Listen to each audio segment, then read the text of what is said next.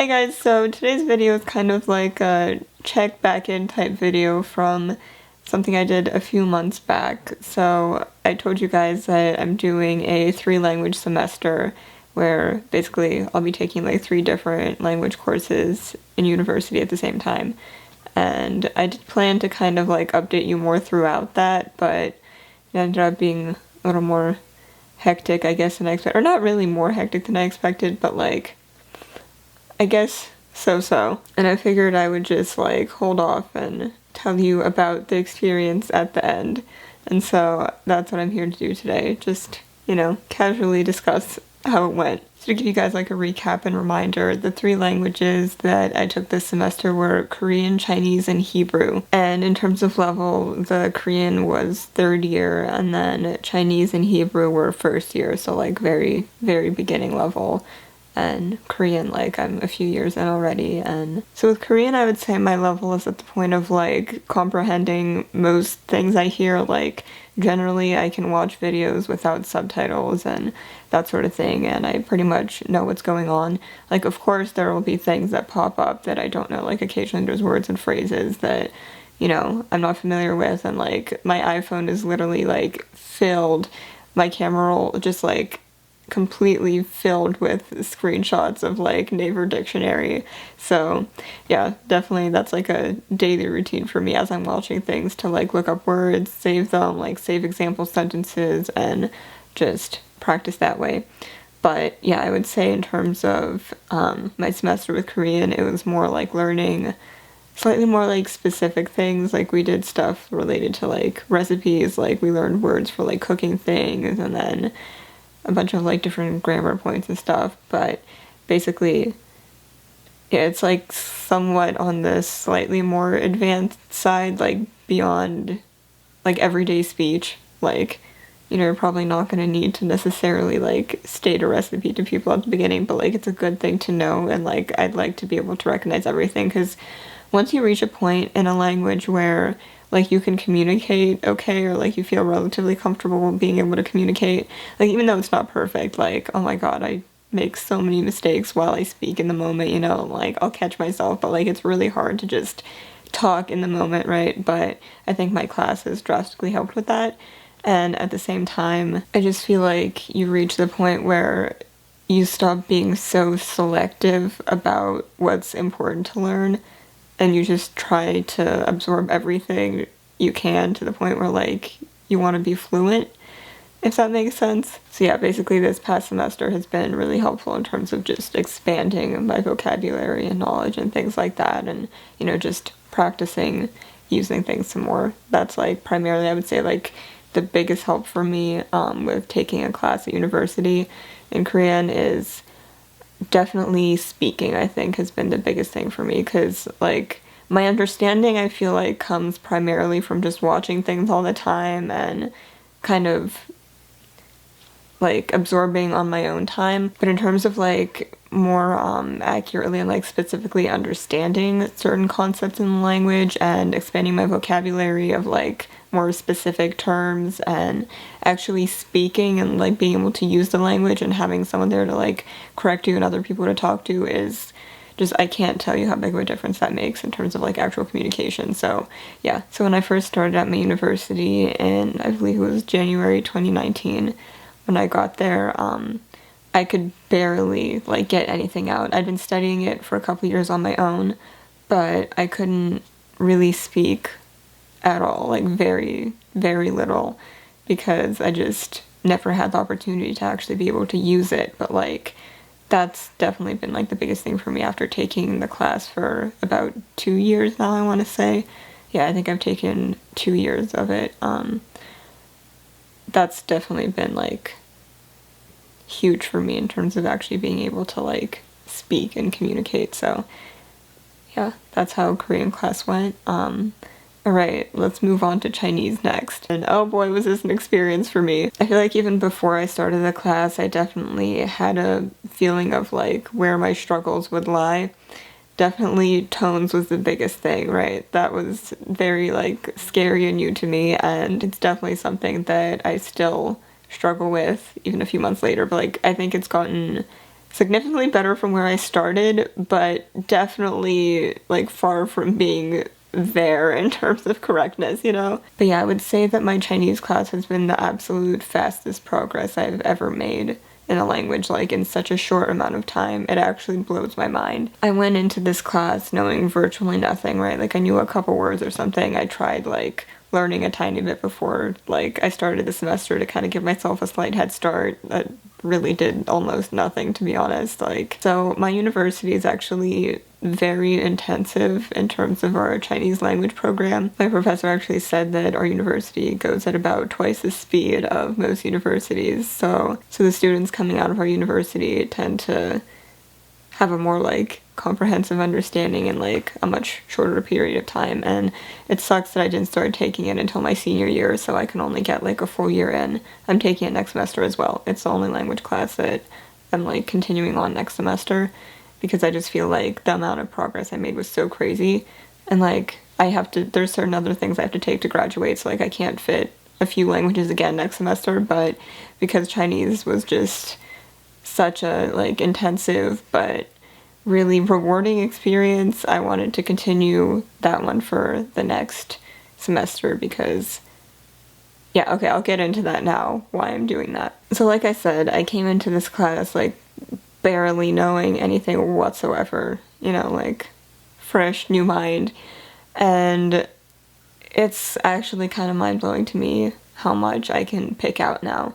Like, it seems like a very intimidating language, and I will say that, like, remembering how to write characters in particular is very difficult, and pronouncing things correctly is really a challenge for me. But in terms of, like, being able to pick things out, it really shocked me how much I can recognize, like, in just videos, for example. Like you guys know I'm really into watching NCT, and like, for example, let's say I'm watching Wavy, right? I wouldn't have been able to understand anything, almost anything, a few months back. But now, like, there's certain parts of videos where I understand almost everything they're saying, and I can like read it and like keep up with it, and it was just such a shock to me. And like, I tried watching some other videos, and like, of course, my understanding is very far from, like, advanced. Like, I'm only, like I said, I've been doing this for like, it was a short semester, actually, as well, because of COVID. Things were shifted around. But, it was probably, like, 3 months tops. It couldn't have been more than 3. And, you know, the amount that I can, like, pick out is pretty wild to me, which is why I'm so, like, excited about the progress I've made. Like, I never imagined myself, like, you know, I feel like Chinese is one of those languages that, like, it just looks super intimidating at first.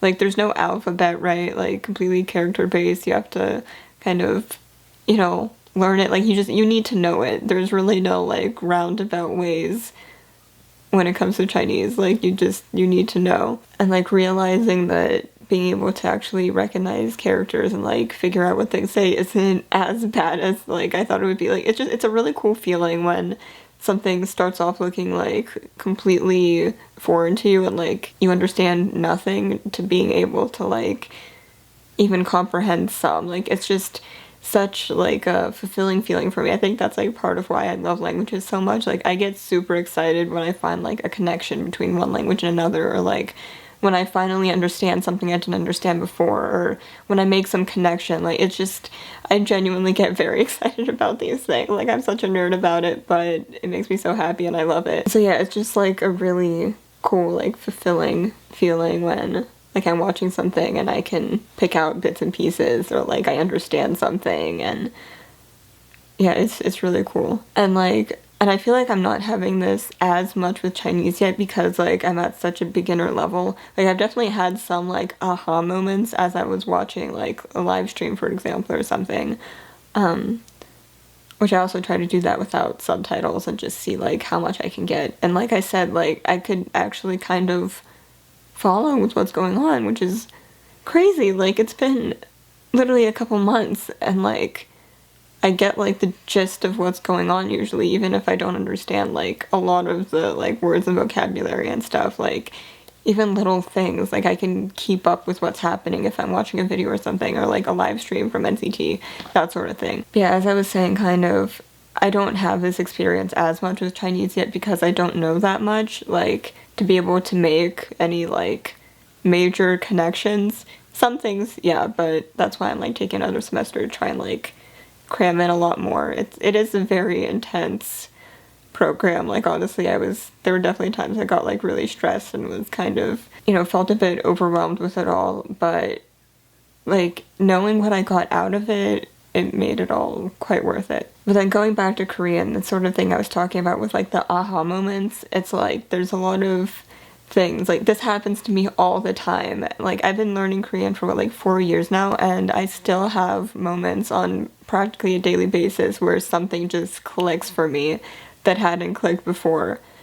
And I just get so excited about it, and I'm like, oh, that's what that means. Like, just figuring something out or like figuring out some connection is just so cool. And yeah, it happens a lot for me in Korean because I have like the basis to be able to kind of figure things out, and I don't feel like I really have much of that yet with Chinese, but like I want to get there, and I feel like that's going to be super exciting as well. But yeah, I feel like I've been kind of talking all over the place in this video, so if you have any specific questions or anything you'd like me to talk about in like more specific detail, I can definitely do more videos like this where I just like talk about the learning process and, my experiences with it, and kind of, go a little more in depth if there's anything like specific that you're interested in. I would really love to do videos discussing that sort of thing. So I do want to talk a little bit about Hebrew as well. I know that like based on my channel content and like from the last video, I noticed you guys are probably a bit more interested in the Korean and Chinese parts because that's kind of more related to my channel content, but nonetheless, I do want to talk about it a little bit just because there were some interesting points in learning that one as well.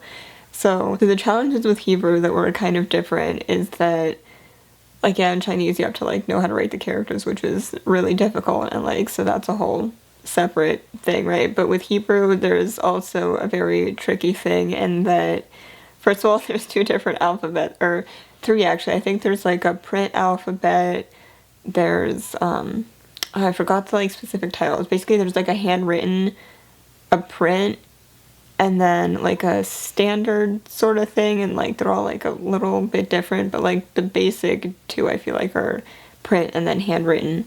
And so basically you kind of have to learn to read in like two different alphabets. Like, it's not completely different to the point where like the letters don't look the same at all. Like, some of them actually do look very different, but it kind of depends. But yeah, that's like a little challenge, but not the biggest thing. The biggest thing I would say is that the vowels generally are not written in the word. Like, generally it'll just be the consonants for the most part, and certain sort of like placeholder vowel. It's difficult to explain like without getting super into detail about it, but basically a lot of the time you don't know the vowel sounds in the word unless you're already familiar with that word. So basically if you just try to read, like, you're not gonna know unless you already know, which similar concept as Chinese, I feel like, but I actually think it's a little bit trickier for me in Hebrew because not only might I not know how to say it, but I would just put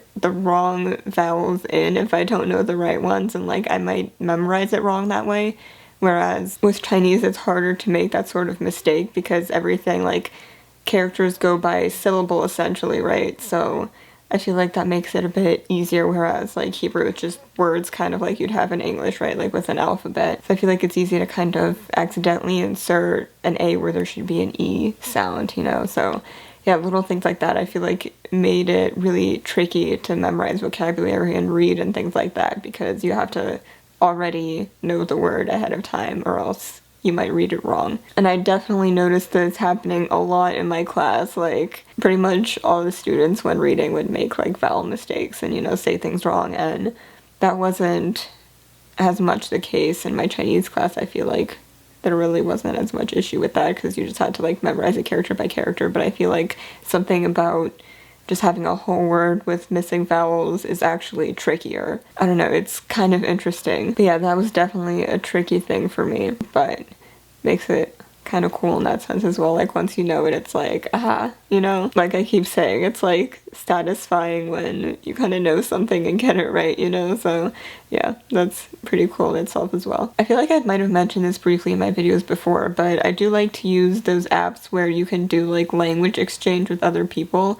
So basically you'd be paired with someone who speaks the language that you want to learn, and then you would speak the language they want to learn, and it's like a back and forth, you know, so like you kind of help each other. I really like that sort of thing as well, and again, it's really kind of satisfying and cool, like when I understand what they're saying, like when I can have a conversation. So yeah, definitely cool, and I feel like I should wrap the video up ASAP because I've been rambling for a very long time. But yeah, I just really wanted to chat with you guys about this for a while, and yeah, if you have anything specific you'd like me to talk about, any questions, anything like that, feel free to let me know in the comments. My throat is getting like really sore at this point from all the talking, so I'm gonna go. But yeah, I'd love to discuss any of this with you guys. If you're interested, comment below, chat with me.